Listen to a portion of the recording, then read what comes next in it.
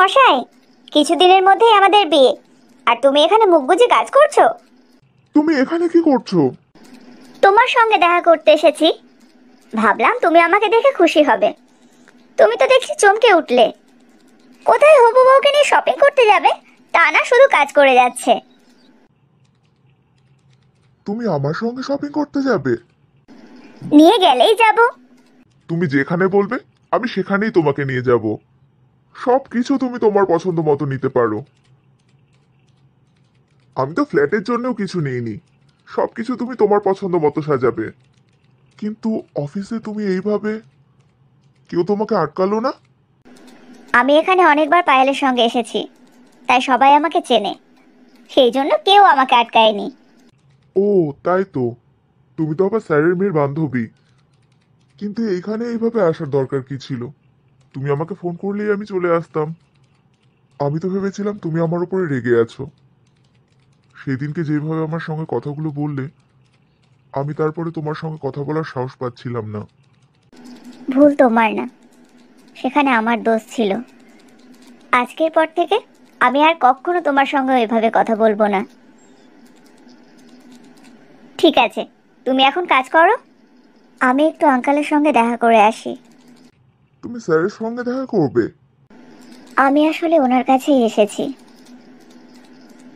Uncle, আমি একটু ভেতরে আসবো?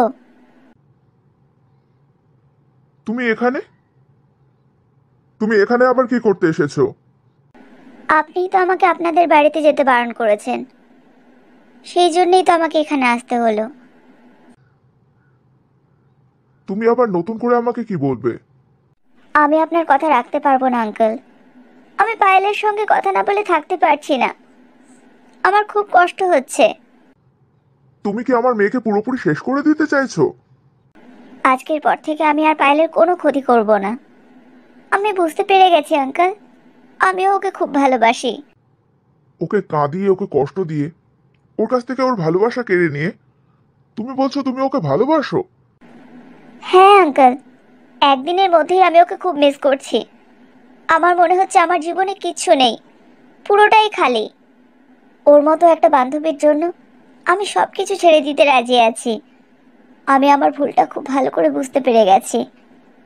পায়েল আমার জন্য কৃষ্ণকে ছেড়ে দিল, কৃষ্ণ পায়েলের জন্য দেশ ছেড়ে দিচ্ছে। ওরা কত বড় মনের মানুষ, মানুষকে ভালোবাসতে জানে।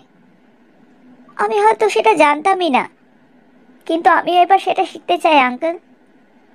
আমিও ওদের মতো হতে চাই। আমার জন্য কৃষ্ণ আর পায়েলের মধ্যে দূরত্ব এসেছে তো, আমি আবার ওদের দুজনকে এক করব।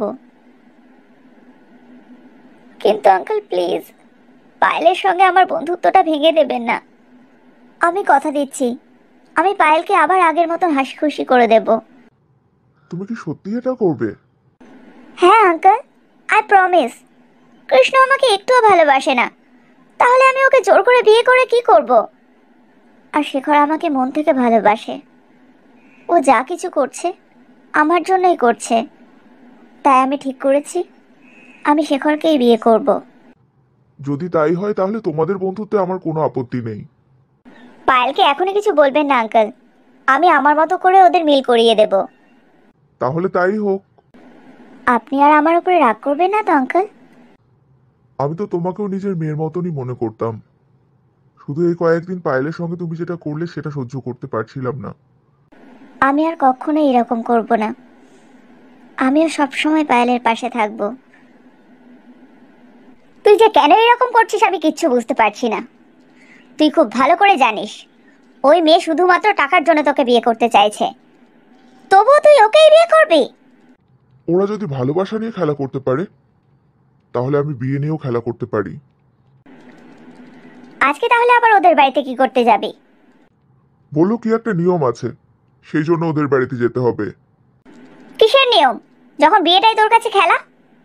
আমি ওই বাড়িতে নিয়ম মানতে না, নিয়ম ভাঙতে যাচ্ছি। টিয়াকে আমি প্রত্যেকটা মুহূর্তে বুঝিয়ে দেব আমি ওকে একটুও ভালোবাসি না। তুমি এরকম কেন করছো, সেটা কি আমার জানার অধিকার আছে? কেন? কি এমন করলাম আমি? তুমি সেদিনকেই টিয়াকে বাড়ি থেকে তাড়িয়ে দিলে। ওকে বললে ও যেন পায়েলের সঙ্গে কোনো সম্পর্ক না রাখে। আর আজকে সেই টিয়ার বিয়ের নিয়মে তুমি তোমার মেয়েকে যেতে বললে? টিয়া আমার কাছে অনেক করে রিকোয়েস্ট করেছিল, আমি ওকে না করতে পারিনি। এটা কোনো কথা হলো?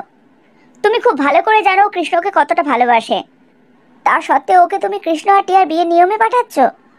ওখানে ওর কতটা কষ্ট হবে তুমি সেটা জানো?